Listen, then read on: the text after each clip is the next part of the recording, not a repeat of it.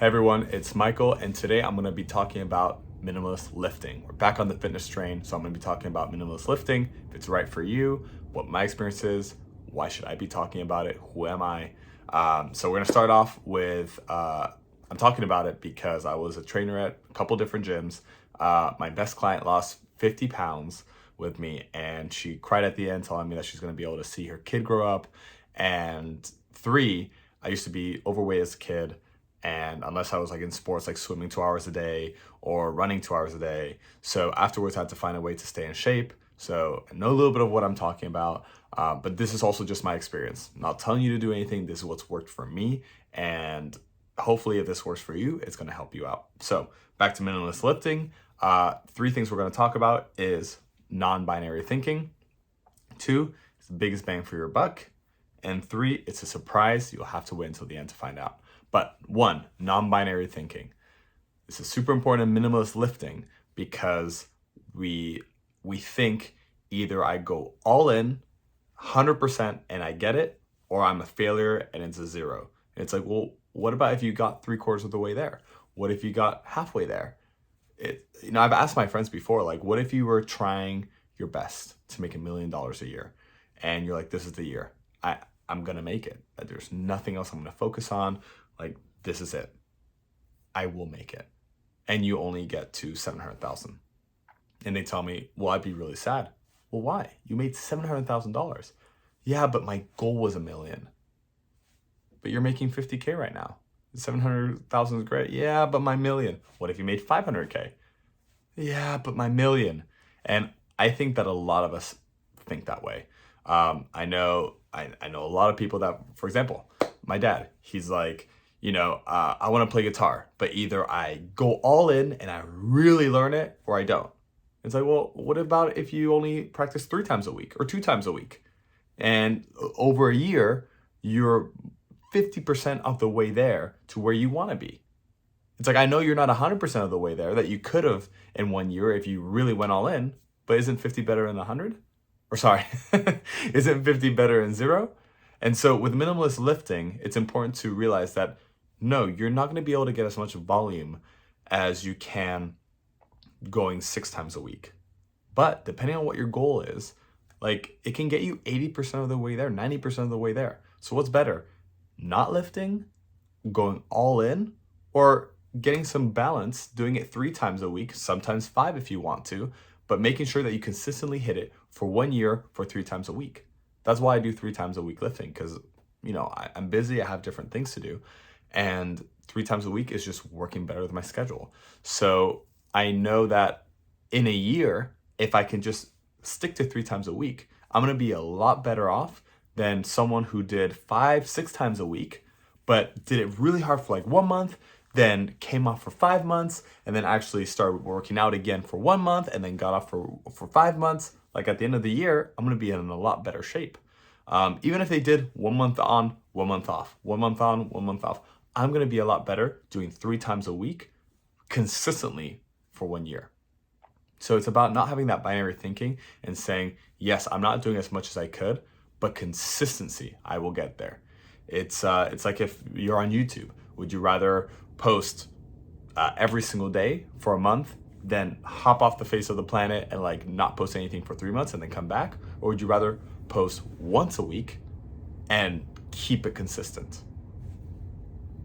The choice is yours. And it's going to happen with everything. It's going to happen with BJJ. It's going to happen if you're learning salsa, if you're doing chess. Like, trust me, I love learning. I'm into all these things. And every time I'm like, no, I really want to get into it, I burn out and I go back to 0. And the ones that I can consistently do with is the ones that I do once, twice, 3 times a week, but I keep it consistent. Those are the ones that I actually get to a point where people are impressed. It's like, wow, like, you must know a lot. It's like, I only do it 2 or 3 times a week. Like, that's it. But you do it 0 because you're saying, well, it's not the right time for me to go all in. That's the biggest one too. It's not the right time. It's not the right time. Just start doing it 2 to 3 times a week. So that's why minimalist lifting is important. That's number 1. 2, if you're going to do it, get the biggest bang for your buck when you're lifting. You only have 3 times a week.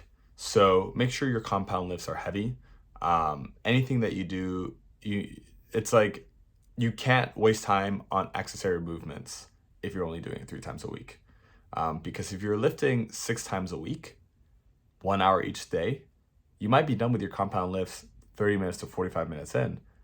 For the last 15 minutes, maybe you want to do like some extra accessory work where I don't even think I'm saying the word right, accessory, where you're doing the work to get that last like 5%. Maybe you're 90% to your goal, and using the accessory work is going to get you that 95% there. It's going to separate you from the good from the great. But you don't have time with that if you're only doing it 3 times a week. So just make sure that you're doing your heavy lifts. If you're going to be doing chest, it's like hit it hard, 4, 6 reps, maybe up to 10, maybe 12 if you're trying to go a little bit more into hypertrophy.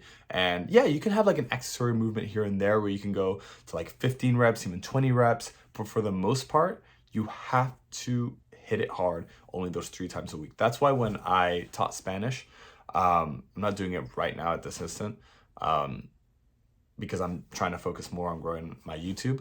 But when I was teaching Spanish, I would get someone that's practicing either 0 times a week or 7 times a week, and I'd make them meet in the middle. And I would say, just do 3 times a week. But during those 3 times a week, you need to speak with someone. You need to do the highest leverage activity you can. The one that's the biggest bang, Pareto principle, where 20% of your effort will give you 80% of your results. Speaking with someone online or in person in Spanish will give you that 80% of your results. Like if you're only going to be practicing 3 times a week, you can't be with flashcards. You can't be reading. Like I've tried it. I've tried the reading, and it didn't work. Because when I was reading in French to learn it fluently, I found out that I was getting great at reading in French, but then as soon as I had to talk with someone, I would still lose my words. I still wouldn't know what to say. I still wasn't good at speaking. So, if you're going to do it 3 times a week, you need to hit it hard. And 3, the secret one, is that you need to prioritize. So someone that's dancing salsa 6 times a week will be able to, hit 10%. We'll be able to hit 10 out of 10 the moves that they need to learn for that week. If you're only doing it 3 times a week, you don't have enough time to hit those 10 out of 10 moves. So if you're only going to learn 3 to 5 moves, they better be the highest leverage moves you can. So if you're lifting 3 times a week, you might not be able to hit, yes, you can do full body 3 times a week, but as you become more advanced, you're not going to be able to do 3 times your full body 3 times a week. Your body's just not going to be able to recover. So especially, for example, for my schedule, I can only work out 3 days a week consecutively, because those other days I'm working and I don't even have time to cook for myself. I can't. I can only do 3 days. So out of those 3 days, if I'm trying to hit 10 to 20 sets per week per body part to make it grow, I have to choose.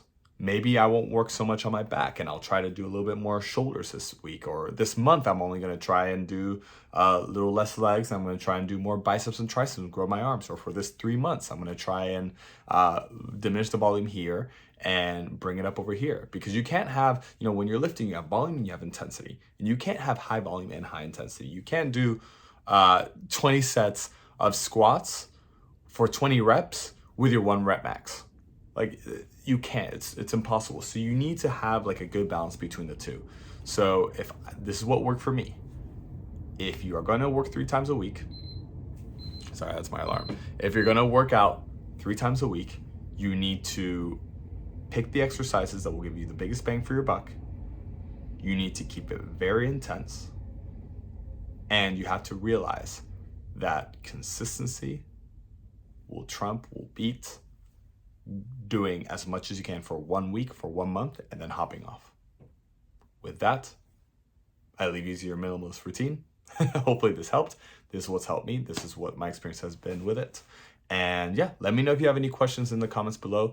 Go ahead and give this video a like. I think it will really help spread the video, spread the minimalist lifting to other viewers. And I will see you in the next video.